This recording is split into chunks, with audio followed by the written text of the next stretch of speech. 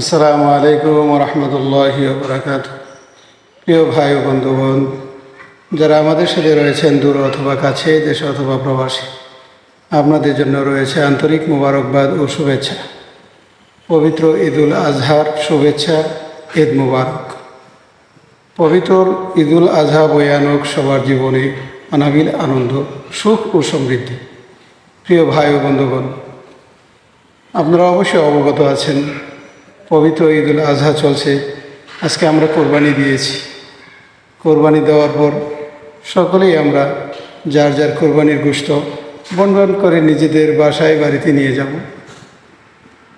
একটি কথা না বললেই নয়, আমাদের পড়োশী যারা রয়েছে, আমাদের ভাই, আমাদের বন্ধু, আত্মীয় স্বজন যারা অসহায় গরিব কিন্তু কোরবানি দিতে পারে নাই, তাদের কাছে আমরা একটু আমাদের কোরবানির গোশত পৌঁছে দেওয়ার চেষ্টা করব। তাদের কাছে আমরা আমাদের কোরবানির গোশত একটু পৌঁছে দেওয়ার চেষ্টা করব। তারা আমাদের পড়োশী, আমাদের ভাই, আমাদের বন্ধু।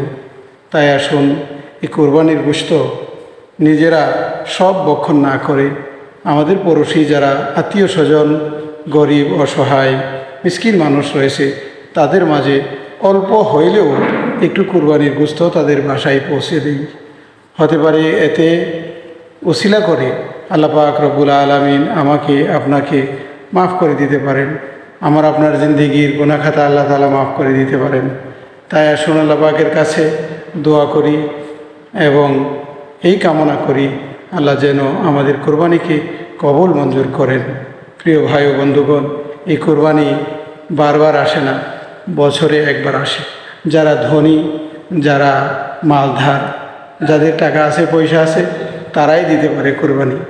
তাই এই কোরবানি দেওয়ার সাথে সাথে আসুন আমরা অসহায় মিসকিনদের পাশে দাঁড়াই। আল্লাহ কবুল করুন, আমিন।